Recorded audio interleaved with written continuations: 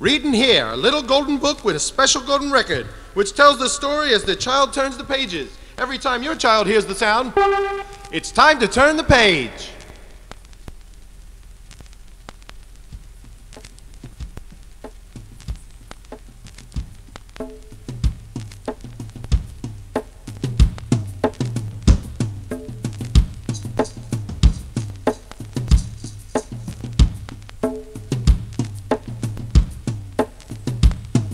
The Little Indian by Margaret Wise. Pictures by Richard Scarry. Golden Press, New York.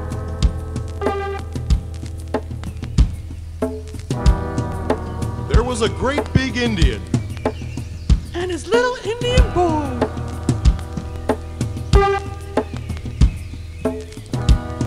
The big Indian lived in a big wigwam. And the little Indian boy lived in a little wigwam. The big Indian had a big feather in his hair. And the little Indian boy had a little feather in his hair.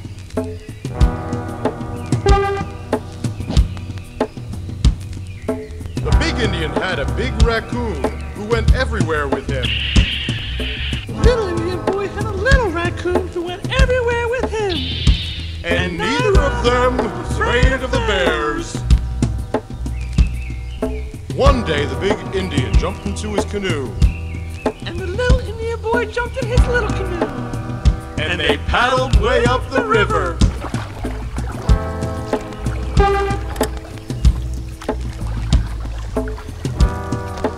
There they were fishing, and the big Indian caught a big fish. And after a while, he paddled ashore. And the little Indian boy caught a little fish with his raccoon friend. The little Indian caught another little fish, and after a while he paddled ashore.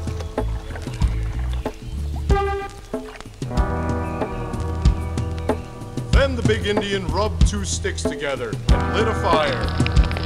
And the little Indian boy knelt down and lit a little fire.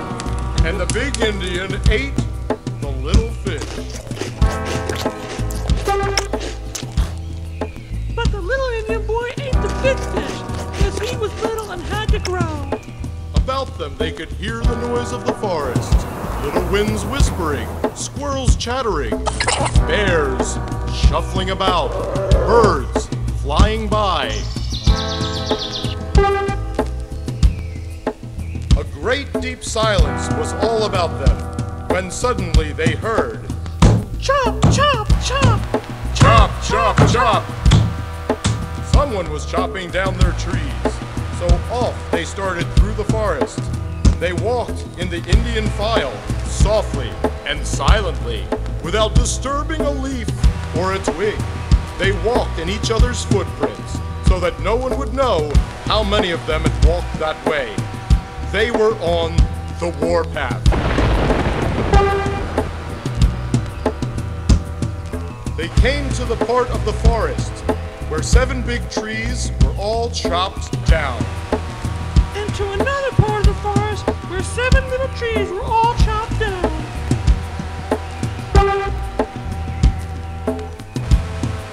Then the little Indian gave a little war whoop. And the great big Indian gave a great big war whoop.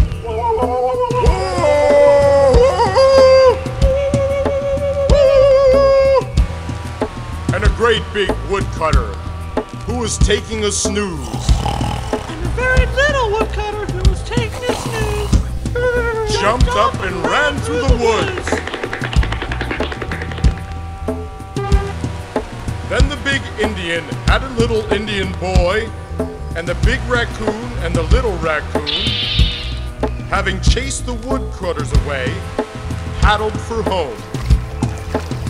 That brown bears and buffaloes galloped away as the big Indian in his big canoe and the little Indian boy in his little canoe paddled silently by.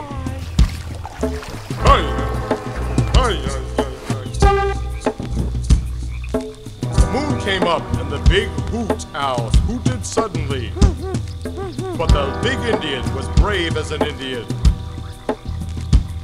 so he didn't jump.